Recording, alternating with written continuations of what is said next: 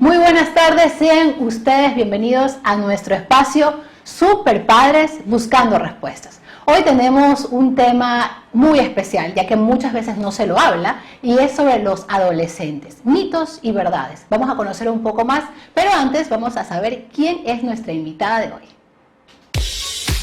Hola Cintia, buenas tardes. Hoy en Super Padres tenemos la presencia en nuestro estudio de la magíster Amelia Sánchez. Dentro de sus logros académicos y profesionales tenemos que la magíster Amelia Sánchez es psicóloga clínica, psicoterapeuta gestalt, neuroterapeuta especialista en neurofeedback, máster en orientación educativa y muchos más. Listo, muchas gracias Amelia, sea usted bienvenida a este espacio de entrevistas. Hoy estamos hablando de un tema muy interesante que es adolescentes. Cuéntenme un poquito, bueno, primero bienvenida, ¿no? Muchísimas gracias por la invitación. Estoy feliz de compartir contigo y de participar en este espacio importante para la formación de padres y para el acompañamiento en todos estos procesos humanos tan importantes y tan inherentes a nosotros. Exacto. Muchas veces no se habla de los adolescentes, es un tema que por lo general los padres se afianzan más a los niños, la primera etapa, inclusive cuando es pre-kinder, los primeros años siempre los padres están asistiendo a todos los eventos, pero llega la etapa de adolescencia y se ve como una fase de que bueno, ya no pude asistir, estoy ocupado con esto, o llegó un hermanito, llegó alguien más a casa y ¡pum!, nos olvidamos. ¿Cuándo empieza la etapa de la adolescencia primera? Ok, los teóricos del desarrollo plantean que es desde los 12 años hasta los 21. Sin embargo, la Organización Mundial de la Salud dice que es de los 10 hasta los 19. De los 10 hasta los 19, es más o menos la etapa. Ya, y dentro de esa etapa, o sea, yo tengo a un preadolescente en casa. ¿Cómo me preparo para esta etapa? Porque siempre se menciona, se dice, la adolescencia es una de las etapas más difíciles. ¿Ese creo que es un mito o es verdad? ¿Cómo podemos caracterizar? Es un mito porque todas las etapas del desarrollo humano son complejas, por así decirlo. Desde la etapa del desarrollo fetal, desde que nace, Exacto, desde los primeros pasos, adolescencia, adultez tardía. Todas estas etapas tienen complejidades en sí. Sin embargo, cada una, de acuerdo a las destrezas, a las estrategias de afrontamiento que tenga cada sujeto, va a poder ir respondiendo en la medida de que vaya teniendo demandas del ambiente. Por ejemplo, entra a la etapa de la adolescencia. Entonces, usted más o menos lo menciona desde los 12 años, ¿no? Entonces, a los 12 años ya mi hijo es un adolescente. Entonces, hay cambios, no solamente los cambios psicológicos, sería psicológicos, no está bien decirlo, o cambios físicos, sí, y también hay cambios biológicos y cambios psicológicos también. Entonces empiezan ciertos cambios y uno es como, bueno, ¿y ahora qué hago? O sea, ¿cómo afronto las preguntas primero con respecto al cambio físico? Y la otra es cómo afronto ciertas situaciones o comportamientos de los que yo como madre no estaba acostumbrada. Claro. En sí esta etapa genera cambios, muchísimos más cambios y cambios notorios que los que podemos evidenciar en la etapa infantil, que ahí paulatinamente vamos viendo los cambios. De momento no nos damos cuenta porque tenemos a nuestro hijo en casa todos los días. Sin embargo, llega un día en que vemos que hay cambios físicos tan notorios y empezamos, está cambiando, está dando pasos, está hablando de manera diferente. Y en la adolescencia los cambios más notorios son los físicos. Es ahí cuando nos estamos dando cuenta que nuestro hijo está creciendo. De hecho, la palabra adolescente viene de un verbo latino que significa crecer, que significa cambio, que significa evolución. Entonces, en ese momento, mi hijo cambia físicamente. ¿Cómo contestar, cómo actuar en respecto a las diversas preguntas de ese cambio físico? Porque en el cambio físico, sé que en las instituciones educativas van a hablar de esto. O sea, hay una clase o hay una etapa dentro de un pensum académico donde ellos se habla específicamente de estos temas, pero yo como padre no puedo esperar a sentarme a que la institución educativa hable de estos temas y mi hijo vaya a casa a preguntarme cuando yo como padre puedo empezar. ¿Cómo empiezo?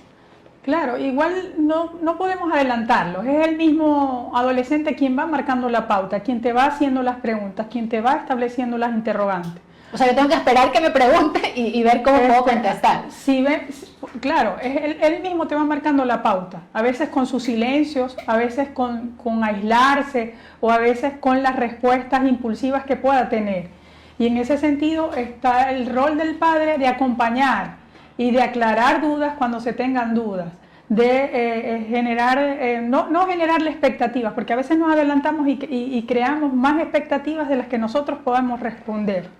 Ya, ¿cuáles son las respuestas? Tengo una forma de contestar, tengo algún tipo de actitud que debo generar en caso de que me pregunte algo que yo no estoy preparada para contestar, porque puede pasar, o sea, no todos, o sea, los padres no nos vamos formando, y como el espacio justamente es Super Padres, nos vamos formando a través, ¿no?, de conocimientos, conversando con los amigos, tal vez si tenemos la facilidad de llegar a una psicóloga, pues mucho mejor porque estamos en ese seguimiento, pero ¿cómo yo puedo responder ante preguntas que yo como padre no estoy preparada? A veces no estamos preparados y yo creo que lo más importante es la naturalidad. Decirle al su hijo que no me sé todas las respuestas, que juntos podemos buscar para poder encontrar respuestas a esas interrogantes que nos estamos planteando y a esos cambios que a veces nos generan miedo y nos generan ansiedad. Entonces lo más importante es ser natural, no elaborar un discurso para el cual voy a tener miedo yo como padre y le voy a generar miedo a mi hijo.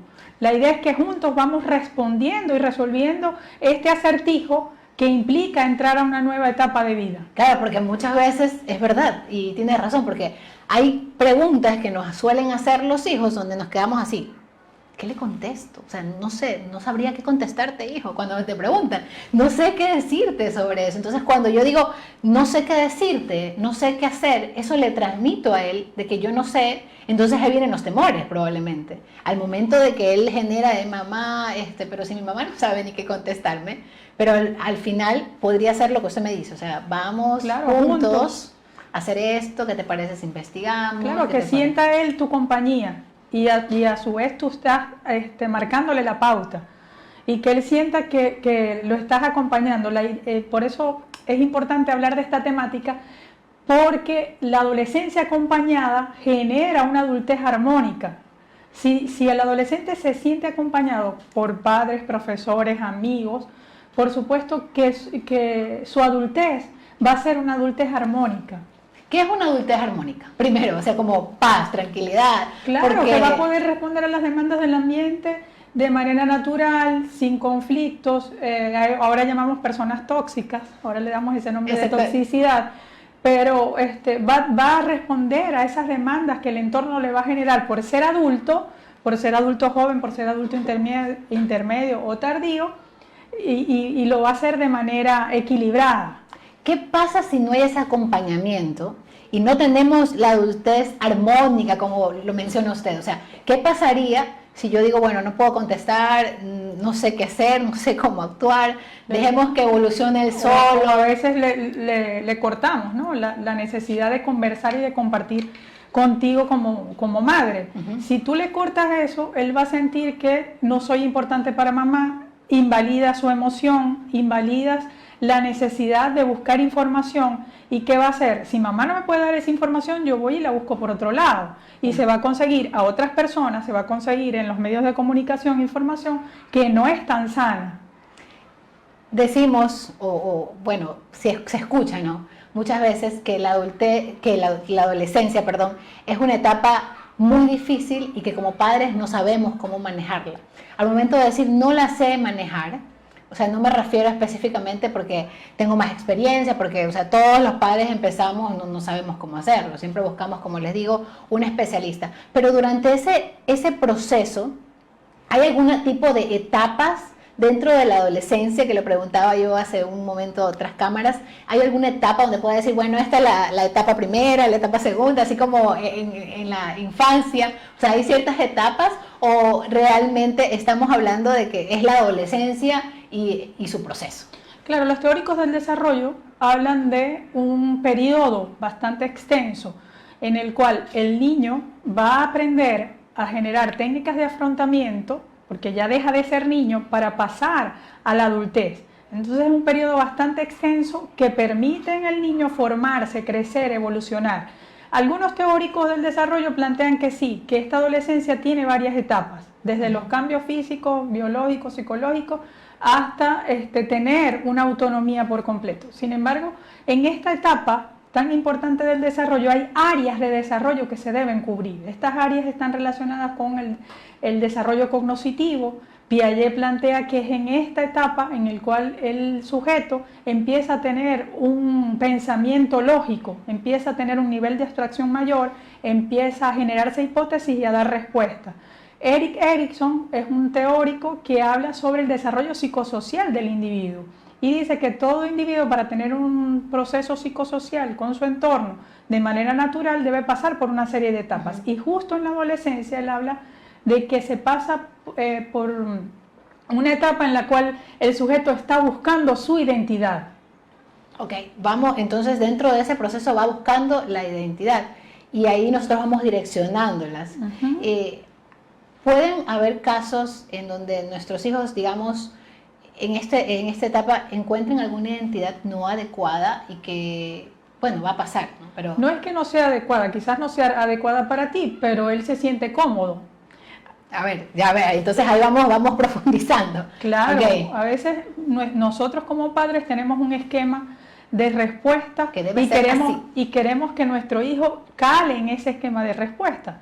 Sin embargo, por ser el ser humano tan complejo, no siempre va a calar en ese esquema y es por eso que empiezan los conflictos con los padres. Él va buscando su personalidad. Por eso va buscando, por eso cambia, paulatinamente va cambiando la forma de vestir, a veces de manera drástica. Hoy me he visto de negro, mañana quiero otra moda más hippie, qué sé yo. Va cambiando la manera de vestir. Va cambiando la música, también la puede cambiar. Hoy me gusta el rock, mañana me puede gustar el pop, hasta que empiece a calar en una que se sienta cómodo.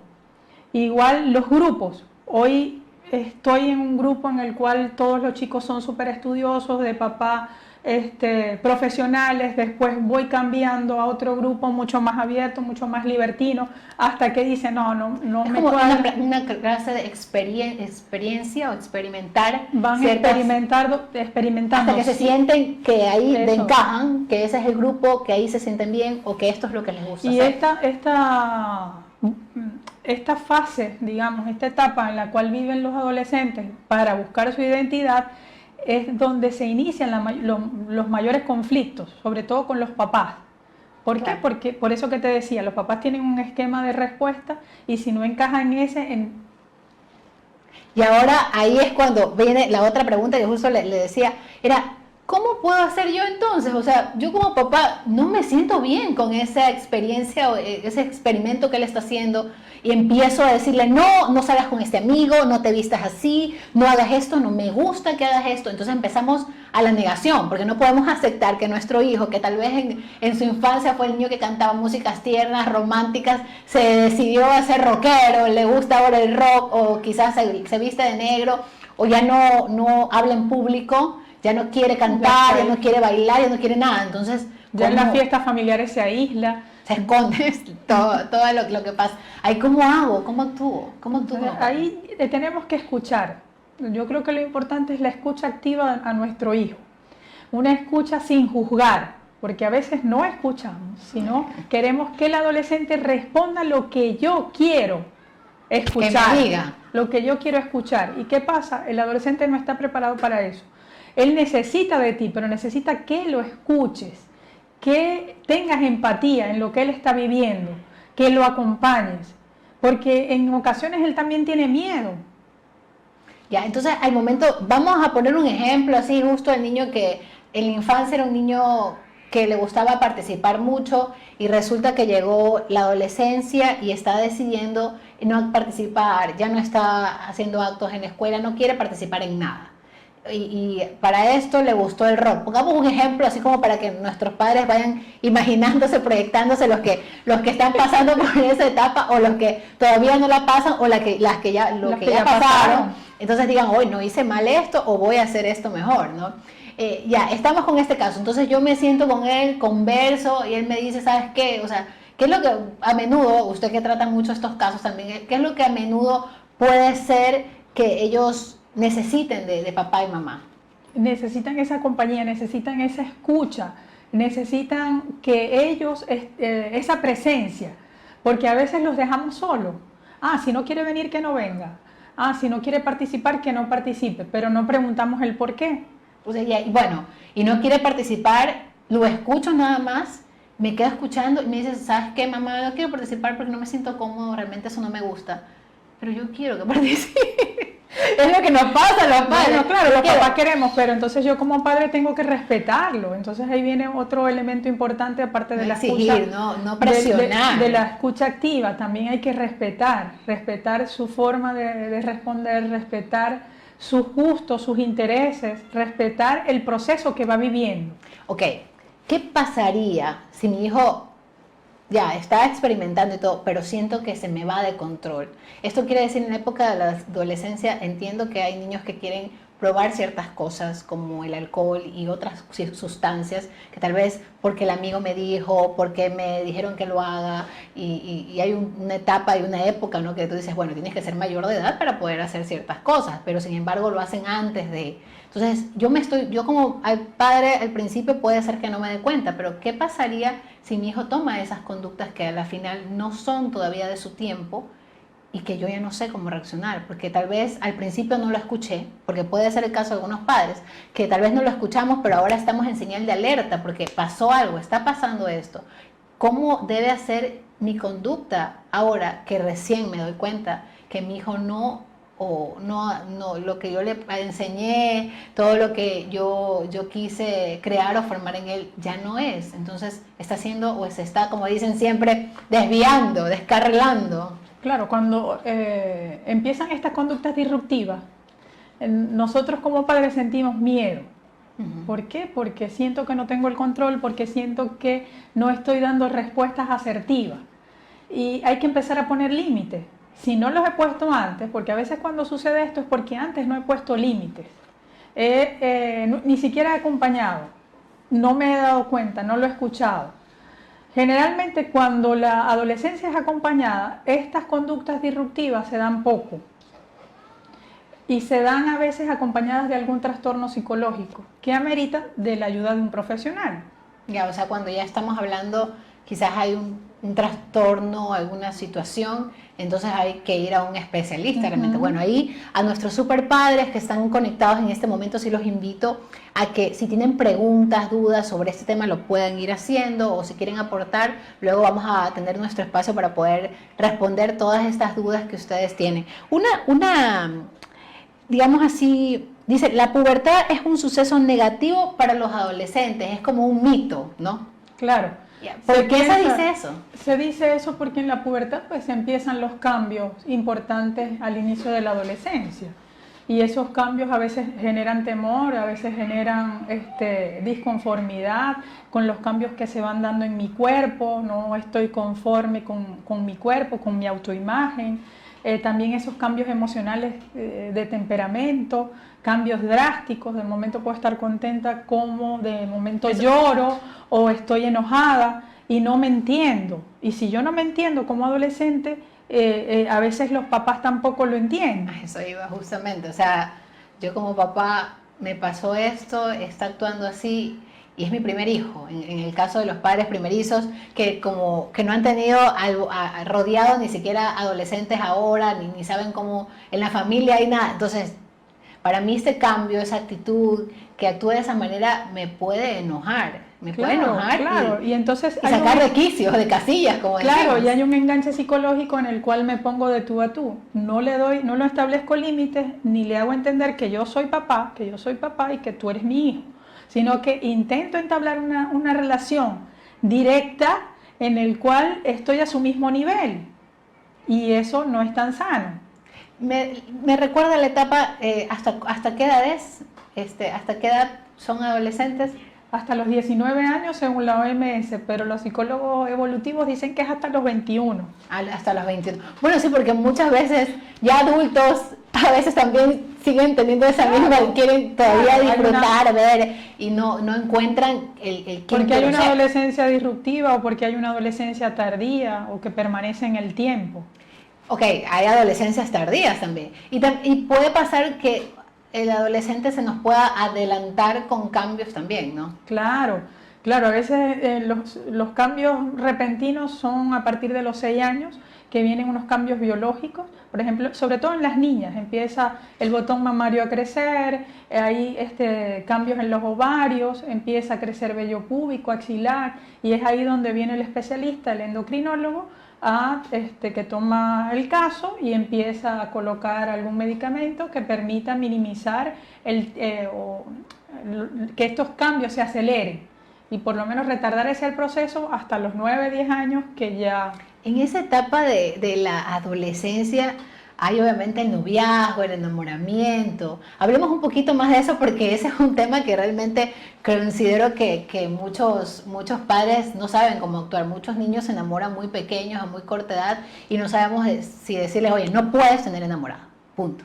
Porque a veces decimos, no puedes y punto, claro, no puedes y estamos limitando, pero ¿cuál es la manera correcta que como padres debemos actuar con respecto a estos temas cuando ya mi hijo o mi hija se enamoró, tuvo su primer enamoradito? ¿Cómo debemos actuar para no llegar a tal vez después a que él nos cuente? Como usted dice, la comunicación es importante, que nos pueda contar, que nosotros podamos escuchar, pero ¿qué pasa cuando vemos estos temas? Realmente no queremos ni escuchar porque decimos, no, es que no está bien, que a esta edad, o muchas veces se enamora muy precoz, y realmente yo considero que eso puede pasar, ¿no? Claro, entonces, es que ¿cómo lo hacemos? Son procesos humanos, naturales.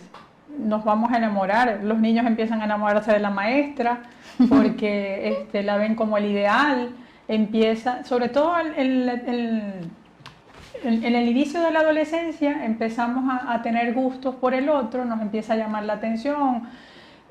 Son procesos naturales. Entonces yo creo que es importante que el adolescente sienta que tú lo estás acompañando y que no le demuestres miedo, simplemente que escuche. Y además establecer límites, ¿no? ¿Cuándo? Porque siempre los hijos preguntan, ¿cuándo puedo tener? ¿Y cuándo puede tener? ¿Cuándo puedo tener? Es que no hay una edad en la que se dice que se puede tener. Pero psicológicamente, muy chiquito, ¿cómo hago ahí? Psicológicamente no hay una edad, no hay una edad específica en la que diga, tu primer enamorado tiene que ser a esta edad. Yo le digo a mi hijo que tiene que ser a los 18 años. Yo no quiero que mi hijo se enamore. Pero según los teóricos, sobre todo el psicoanalista Freud hablaba de la etapa genital y decía que a partir de los 18 años se pueden tener relaciones de amistad maduras. Okay. Porque las relaciones de amistad que se tienen antes son relaciones de amistad posesivas. O sea, tú eres mi amiga y no vas a ser amiga de más nadie. Entonces vemos esos compinches, digamos. Esos amiguitos que están siempre juntos, que no se separan, que si se hablan con el otro se molestan. Se ponen celosos y todo. Pero por ejemplo, en la etapa de colegio y bueno, también en mi etapa, uno se enamoró en algún momento y realmente había los dos tipos de romances. Había el romance que era la cogidita de manos y qué ternura y que el otro no quería ni besar ni nada porque era como, uy, ¿qué? Tengo que besar. Pero también hay otros niveles donde ya dices, wow, claro. Y en estos tiempos donde la tecnología está muy más al alcance, los medios de comunicación viven enviando señales que a veces no son tan sanas para estos procesos naturales y que se van a dar. Lo importante es que el padre acompañe a su hijo en este proceso, que lo escuche y establecer los límites, establecer en consenso qué es lo que se quiere y hasta dónde vamos a llegar. Pero si yo le pregunto así como un consejo que yo le pregunto,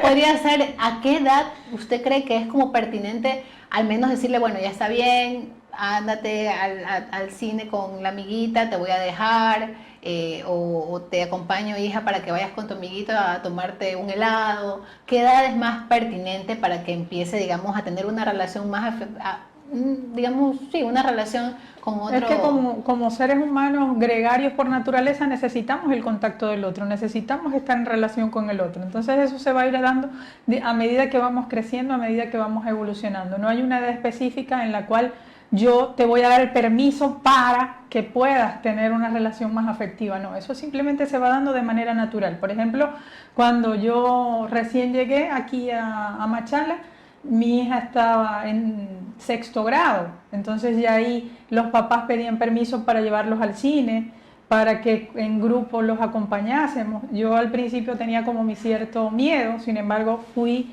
dándome el permiso de acompañarlo. Entonces no hay, como psicólogo, pues no sé qué decirte de que hay una edad específica yo creo que eso es un proceso que se va dando de manera natural. Y como padres tenemos que ir cediendo a en ciertos o sea, no momentos. todo, ¿no? Claro. O sea, hablamos de Claro. límites, hablamos también Por eso de es escuchar. importante poner límites, que se establezca un respeto y que estos límites sean en consenso. No es que yo te prohíbo tal cosa, sino que el hijo sienta que es entre los dos estamos tomando la decisión. Claro, entonces, digamos, tengo una hija, vamos a hablar también de una hija de 14 años que se ilusionó con un niño y entonces deciden que quieren salir. Entonces yo, bueno, le digo, sí, está bien, puedo acompañarte, te puedo dejar a tal hora, te recojo y punto. No, pero me quiero ir después a su casa. Y todo, ¡ey! No. No, claro. O sea, hasta ahí nomás. Hay que establecer sus límites, por eso te decía, tienen que establecer a través de un consenso estos límites para que la niña no se sienta abrumada por las directrices que tú le estás dando, sino que sienta que es algo recíproco, que lo estamos haciendo entre las dos. Genial. Yo, si yo tengo algún, digamos, como les hablábamos del tema de descarrilarse y todo esto, y ya buscar como un especialista sobre el tema, porque veía, y antes de esta entrevista veía que sí se menciona muchísimo, que es una etapa difícil, que es una etapa complicada, que los padres no saben cómo actuar, sobre todo en la parte ya a veces afectiva, porque nos acostumbramos a nosotros en la etapa de cuando era más pequeñito, abrazarlo, a besarlo, a encariñarnos con él, a que sea tan tierno, tan lindo, mi chiquito, y resulta que ya un momento le da vergüenza que lo abracemos al frente del público, le da vergüenza que le hagamos afectos, le demos afecto al frente de amigos o en la calle, simplemente es como, mamá, eso no me hagas ahora, o sea, esto tal vez te lo puedo dar en casa, pero acá no. Y como padres realmente eso como que nos toca, o sea, porque hemos estado acostumbrados a ver ese proceso del chiquito, de mi niño o de mi niña, y ahora está en otra etapa, está cambiando. Entonces, cuando hay estos cambios radicales, ¿no? Donde yo estoy viendo esto, yo he estado así, pero hay un momento en donde hay cambios así, o sea, como de bruscos, yo sé que hay que ir a un especialista, pero cuando yo me debo de dar cuenta de que él necesita una atención adicional. Cuando las conductas son disruptivas, cuando los conflictos son cotidianos, cuando no lo estoy escuchando ni él me está escuchando, cuando nos agredimos. He llegado a atender en mi consulta pacientes, adolescentes, pues, que han agredido a sus padres o no lo han llegado a la agresión como tal, pero sí han tenido el objeto cortopunzante en la mano hasta que se dan cuenta de que no está bien, ¿no? Entonces, cuando ya estas conductas disruptivas son cotidianas, son el pan nuestro de cada día, es importante buscar ayuda. Hay que tener conciencia de enfermedad, decir, hey, no estamos bien, no nos estamos entendiendo, no nos estamos escuchando, necesitamos a alguien que nos acompañe en este proceso de cambio y de mejoras para tener una relación armónica, una comunicación afectiva, porque a veces los códigos comunicacionales entre mamá y el adolescente no son los mismos. Entonces pero si yo te lo he dicho miles de veces, mamá, pero no me lo dijiste, pero si te dije que no utilizaras ese tipo de ropa o que llegaras a tal hora, mamá, pero es que a esa hora es que la fiesta se está poniendo más chévere, la estoy disfrutando más, es que llegaron mis amigos, en fin. Entonces, empiezan esos conflictos porque los códigos comunicacionales no son los mismos.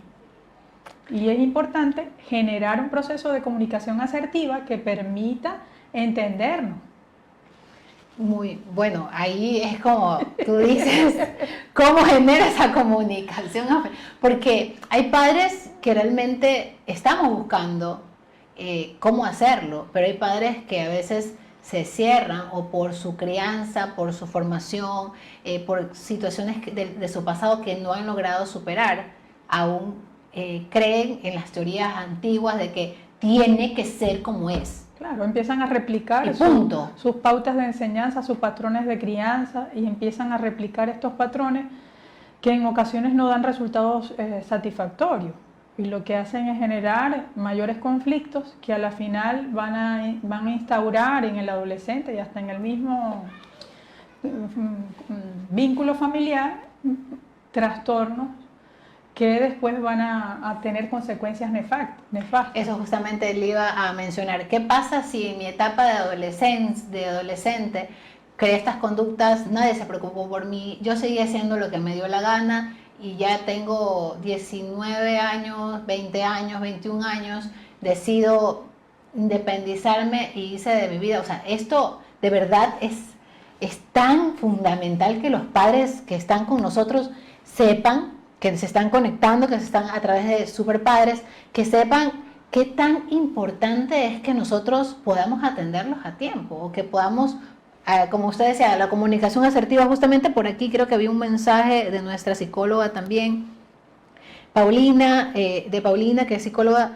La comunicación asertiva es el camino ideal para transitar junto a nuestros adolescentes. Excelente tema de mi querida Amelia, saludos especiales también a UNEJUTV. Muchas gracias a Paulina, también ella es psicóloga, y bueno, eso. Entonces, cuando tenemos la comunicación, tenemos todo, pero cuando los padres muchas veces se encierran en su cuadro de tengo que trabajar porque tengo que llevar el plato a la casa. Claro, porque son proveedores. Soy así, o realmente la mamá, cuando hay los divorcios, la mamá solamente se hace cargo, o cuando no hubo la figura paterna nunca porque no está, simplemente decidió no estar. Entonces ahí vamos creando ciertas, no hay ese apoyo, muchas veces no tengo apoyo, pero bueno, ahí muchas veces se queda, ¿no? Se queda esto y pensamos que simplemente va a seguir la vida como tiene que seguir y ya a la final ya pasará esa etapa y no me importa, puede pasar, o sea, pasa. Claro. A menudo. Si el adolescente no se siente acompañado, por supuesto va a generar estrategias para ir en contra del mundo. Y es por eso que empieza a generar conductas disruptivas para poder, digamos, sobrevivir en ese entorno de caos y de conflicto en el que vivo. En ocasiones genera mayor autonomía y puede tener una adultez en equilibrio. Sin embargo, la evidencia científica ha puesto en el tapete de que no siempre la adultez va a ser armónica, sino que se van a generar trastornos de personalidad que van a generar una adultez complicada. Voy a topar otra justamente. Hay una pregunta de Juana Gómez que dice: ¿cuál debería ser la postura de los maestros cuando ven a sus alumnos en romances dentro de un aula? Es muy buena pregunta. ¿Cómo puedo como docente actuar? Porque ¿qué pasa? Que obviamente tampoco se les puede llamar como que, oye, no hagas esto. O sea, ¿cómo debo actuar yo como docente en esos casos? No establecer un límite en el cual se sientan reprimidos. Simplemente es importante acompañarlos y escucharlos también. Preguntarles cuando estén separados, cómo te vas sintiendo, qué ocasionó esto, qué es lo que te gusta. Que sientan que los están observando, pero no frente de todo, claro, no hacer como pasar vergüenza, como le decimos nosotros. Tiene que ser en privado y que el adolescente sienta que lo están acompañando, que está siendo observado pero no evaluado, y que en esta observación no es para juzgar, sino para acompañar un sano proceso. Ok, topando ahí, vamos ahí justamente en el tema de las aulas. Tenemos... pongamos un ejemplo, me encanta poner ejemplos porque ya es como que me imagino toda la historia, Pero si hay los alumnos que están desde el receso, ahora que están online es más complicado, pero si están en un receso, entran a clase, se sienta uno al lado del otro, después se van juntos, o sea, se acompañan a la casa, o sea, son como inseparables. Ya ahí como, claro que tenemos a las psicólogas por lo general en las instituciones educativas que pueden dar o pueden decir qué hacer o qué es lo que tienen que hacer, pero ¿cómo actúa el docente también en esos casos? Así mismo, hablarles. Claro, buscar momentos en los cuales en el receso, ¿Lo hablan juntos grupo, como pareja no, o a cada uno separado? No como pareja, porque es darle mucha importancia. Claro. O sea, la idea es que ellos sientan que lo están acompañando, pero que no los están juzgando. Y que simplemente lo que se quiere es conocer cómo van viviendo su proceso, cómo se van sintiendo. Y eso nos podría ayudar a que ellos se distancien un poco para que no se vea como están ahí como pegados prácticamente, o debemos de dejar que continúen así, porque a veces sí es un poco pasar por un aula y ver a dos niños acaramelados es como raro, no realmente sí me ha pasado, sí nos ha tocado pasar por eso y ver esa y que como docente es importante establecer unos límites claros dentro del aula, que eso para todos los niños, no solo para los que están en el proceso de enamoramiento, sino para todos los niños, establecer unos límites claros de respuestas dentro del aula. Y esa separación se va a ir dando de manera natural, porque va a llegar un momento en que por algo que se disgustaron, en el cual no tuvieron empatía, en el cual no se sienten correspondidos, se van a ir alejando.